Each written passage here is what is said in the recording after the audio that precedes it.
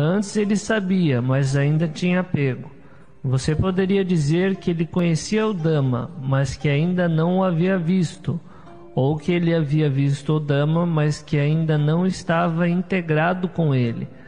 No momento em que o Buda disse Kondanan sabe, o que ele sabia? Ele sabia apenas sobre a natureza. Usualmente nos perdemos na natureza, tal como com este corpo. Terra, água, fogo e ar se juntam para construir esse corpo.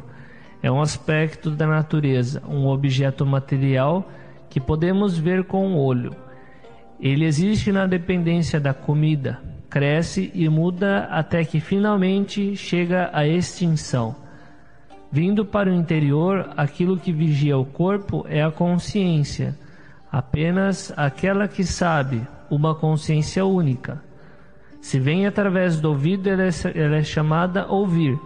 Se através do nariz, é chamada cheirar. Se através da língua, saborear.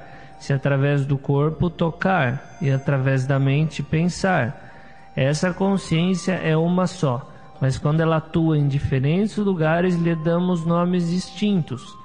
Através do olho damos um nome, através do ouvido outro, mas quer atue no olho, nariz, língua, corpo ou mente, é somente uma consciência. De acordo com as escrituras, elas são chamadas de as 6 consciências, mas na realidade existe uma só, que surge nessas 6 bases diferentes. Existem essas 6 portas, mas uma única consciência, que é exatamente a mente. A mente é capaz de entender a verdade da natureza. Se a mente ainda tiver obstruções, então dizemos que ela sabe através da ignorância. Ela entende incorretamente e vê incorretamente. Entender incorretamente e ver incorretamente, ou entender e ver corretamente, é apenas uma única consciência. Falamos em entendimento incorreto e entendimento correto, mas é uma coisa só. Correto e incorreto surgem desse único lugar. Quando existe o conhecimento e o entendimento incorreto, dizemos que a ignorância oculta a verdade. Quando existe o conhecimento incorreto, existe o entendimento incorreto, pensamento incorreto, ação incorreta, modo de vida incorreto, tudo está incorreto. E por outro lado, o caminho da prática correta nasce nesse mesmo lugar. Quando o correto existe, então o incorreto desaparece. O Buda praticou suportando muitas dificuldades e torturando-se com o jejum e assim por diante, mas ele investigou a sua mente profundamente, até que finalmente ele desenraizou a ignorância. Todos os Budas possuem a mente iluminada, porque o corpo nada sabe. Você pode alimentá-lo ou não, não faz diferença, ele pode morrer a qualquer momento. Todos os Budas praticavam com a mente, eles tinham a mente iluminada. O Buda, tendo contemplado a sua mente, abandonou os extremos da prática, entregar-se ao prazer e entregar-se à dor.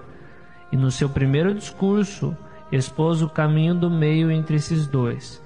Mas nós ouvimos o seu ensinamento e ele fere os nossos desejos.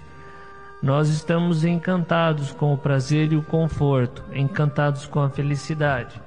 Pensamos que estamos bem, estamos excelentes. Isso é entregar-se ao prazer. Não é o caminho correto. Descontentamento, desprazer, antipatia e raiva, isso é entregar-se à dor. Esses são os extremos que alguém que está no caminho da prática deve evitar. Esses caminhos são simplesmente a felicidade e a infelicidade que surgem. Aquela que está no caminho é esta mente, aquela que sabe. Se um humor bom surge, nos agarramos a ele como bom. Isso é entregar-se ao prazer. Se um humor desagradável surge, nos agarramos a ele através do desprazer. Isso é entregar-se à dor. Esses são os caminhos incorretos. Eles não são o caminho de um meditador. Eles são os caminhos de um mundano, aquele que busca a diversão e a felicidade e que evita o desagrado e o sofrimento. O sábio conhece os caminhos incorretos, mas ele os abandona. Ele desiste deles. Ele não é afetado pelo prazer nem pelo desprazer, felicidade e infelicidade. Essas coisas surgem, mas aqueles que sabem não se apegam a elas. Eles se soltam delas e deixam nascer de acordo com a natureza delas. Esse é o entendimento correto. Quando alguém entende isso completamente, então existe a libertação. A felicidade e a infelicidade não têm qualquer significado para um iluminado. O Buda disse que os iluminados estão muito afastados das contaminações. Isso não significa que eles fogem das contaminações. Eles não correm para nenhum lugar. As contaminações estão ali. Ele as comparou a uma folha de lótus em um lago. A folha e a água existem juntas. Elas estão em contato, mas a folha não fica úmida. A água é tal como as contaminações e a folha de lótus é a mente iluminada. Com a mente daquele que pratica ocorre o mesmo. Ele não sai correndo para nenhum lugar, ele fica exatamente no lugar. O bem e o mal, a felicidade e a infelicidade, o correto e o incorreto surgem e ele conhece a todos. O meditador simplesmente os conhece. Eles não entram na sua mente, isto é, ele não possui apego. Ele é simplesmente aquele que experiencia.